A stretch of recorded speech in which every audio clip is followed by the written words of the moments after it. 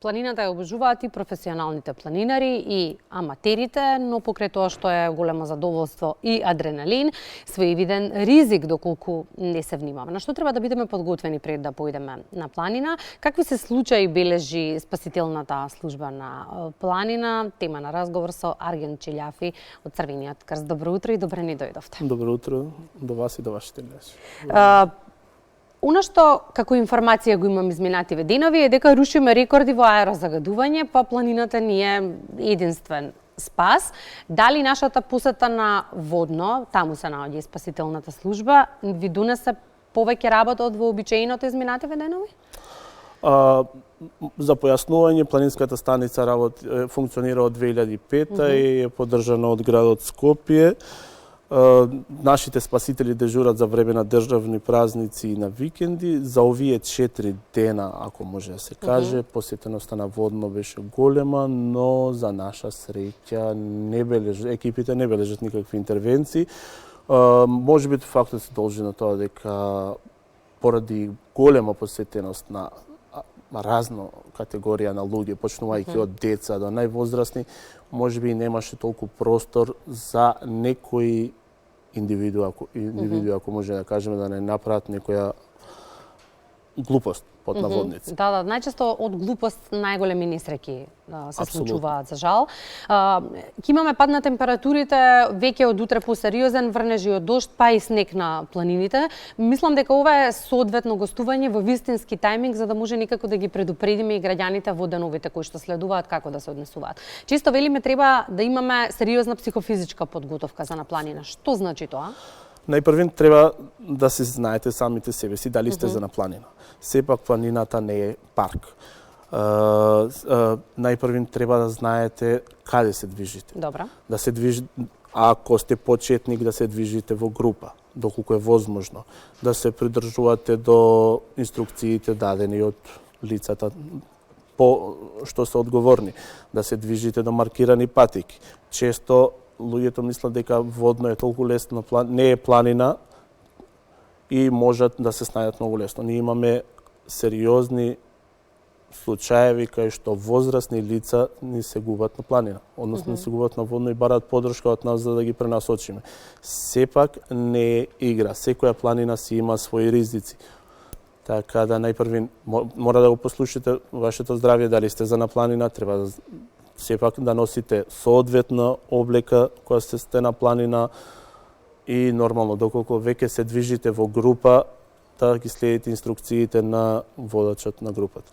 Се почитуваат ли правилата? Што вели сега работново искуство од години наназад? Генерално се почитува, пошто Водно е за секоја категорија на луѓе, така да на секоја категорија, почнувајќи од почетници до професионалци, генерално се почитува, има и од тие похрабрите што секогаш мислат дека може да најдат скратен пат и тие се случаи за нас после така. И тие похрабрите се професионални планинари или аматери? Не би рекол дека се професионалци, од професионалци многу ретко знаат да побарат поддршка од наша страна, само кога се случува некоја посериозна повреда, претежно се аматерите, претежно тие што веќе на трета посета на Водно сами се декларираат како професионалци и тие се случаи.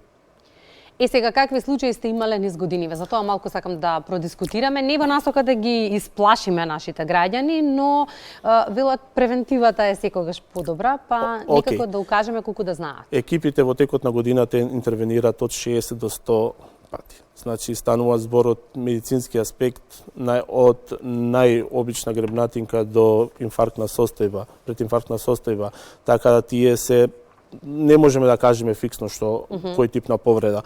Имаме често семејства што ни се губат.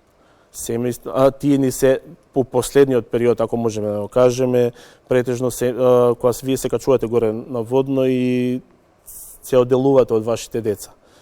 Така да имаме веќе последниве 3 месеца, 3 до 4 случаеви кај што родител бара поддршка од наша страна, не може да го најде детето.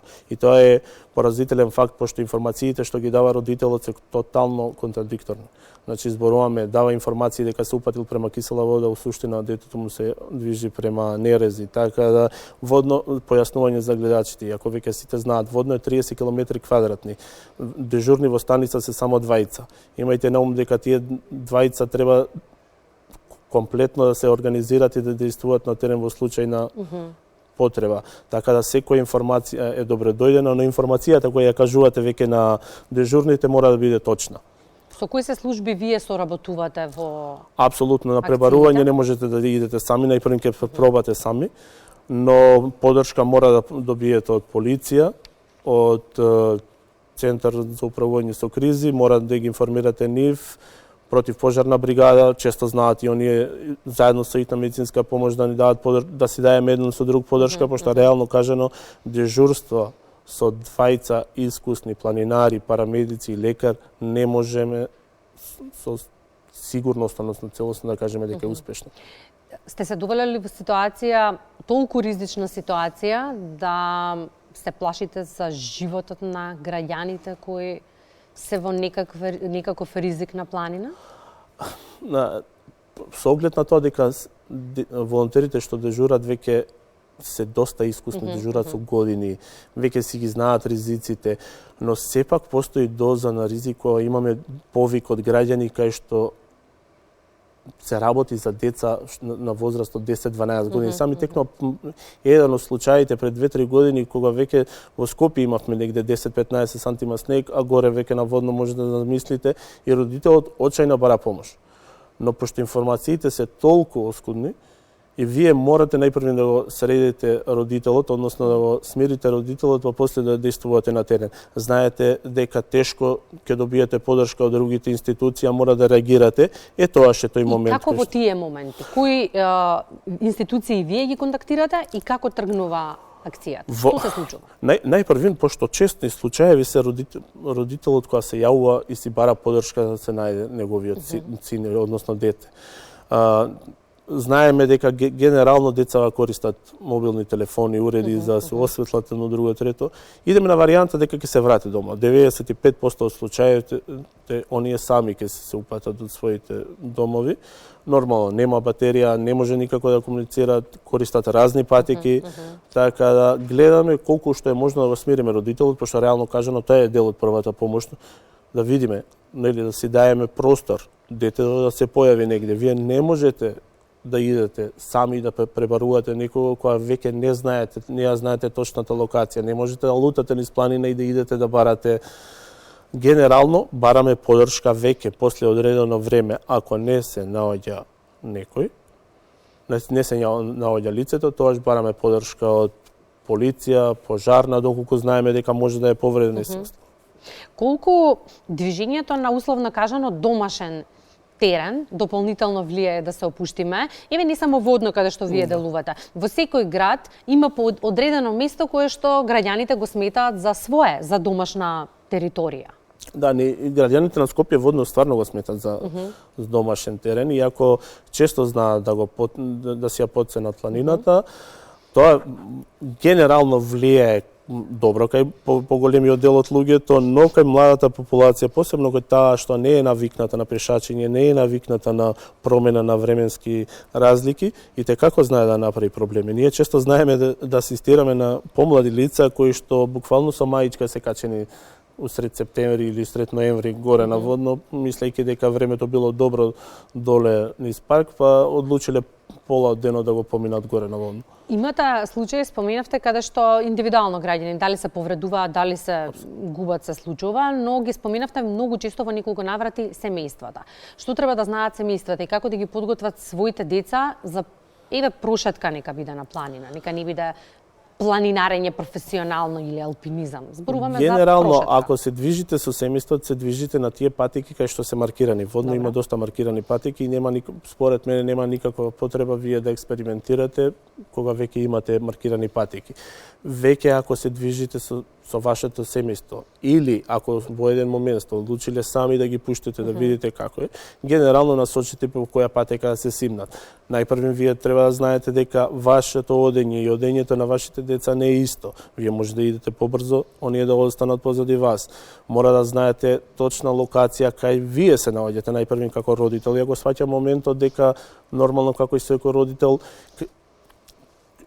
ќе кренете паника и све остало, ќе побарате помош и тоа е све во ред, се во рамките на нормалата, нешто очекувано, но имајте на ум дека веќе кога ќе се обратите до планинска станица, морате да ги кажете точните информации. И почекајте, детево доколку не е повредено, ќе се појави негде. Водно не е шар планина, не е Солунска глава, значи ќе се симне генерално ако веќе се до негде ќе излезе или ќе побара помош. Добро ли е да има децата со себе некаков уред по кој ќе може да ги лоцираме?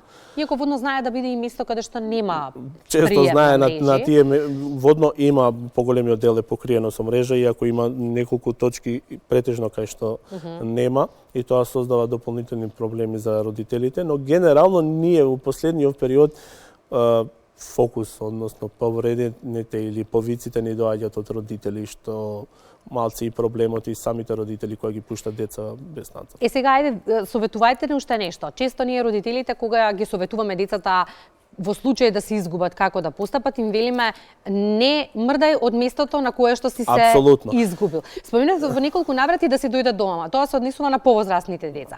Но оние со помали деца, веројатно најдобар совет е тоа или? Знаете како, ние често им викаме на родителите дека ќе си дојдат дома од искуство, пошто оние веќе биле неколку пати на водно и знаат, немат мрежа, ќе стигнат до дома. Тоа им е до поголемиот дел од случаите се покажало колку доста успешно. Имаме случаеви кај што ние сме интервенирале, сме асистирале при излекување на претежно се работи на млада популација. Генерално ги советуваме да бидат на тоа место кај што последен пат лоцирано повредено. Иако имаме такви храбри момци и девојчиња кај што веќе кога идеме на посочена локација, оние се комплетно на другата страна, пошто тоа ни создава уште дополнителен напор. Генерално ако се изгубите на планина и веќе барате помош или било каде, останете на локацијата кај што сте побарале помош. Некој од службите ќе дојде, ќе ве сосема накусо, пред крајот на разговорот, како сте вие екипирани? Се сеќавам последната средба ни беше летово, кога зборувавме дека има одлив на спасувачи на вода. Каква е состојбата со спасувачи на планина? Со оглед на тоа дека спасителната станица функционира исклучително на волонтерска основа, односно по 20 волонтери се ангажирани само за време на викендиот ова 2023.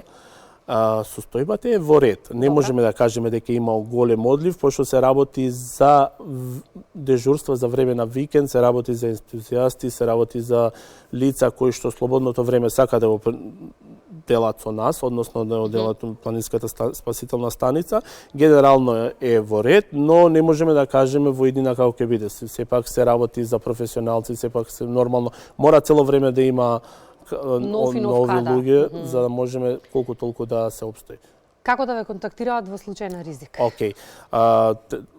Планинската станица работи секој викенд во временски период од 10 до 17 часот. Телефонот е 072 26 9876. Малце телефонот бројот е проблематичен, но секој што посетува на водно знае, има неколку огласни табли, така да бројот може да го запишат и тоа е тоа. И јас ќе ви се заблагодарам, Маргин, за гостувањето во Македонија на утро. Ќе посакам помалку работа, иако не очекува снег, па добро е што го имавме овој информативен разговор за да знаат граѓаните како да се однесуваат. Апсолутно. Фала ви многу и уште еден апел до граѓаните. Планинската спасителна станица и дежурните не се такси служба, така да повикајте ги доколку стварно имате потреба, а не само да ви развозат низводно, пошто и тоа веќе се трошат екипите, а може би тој повик е искористен за некој на кој што му е потребен. Да, благодарам многу.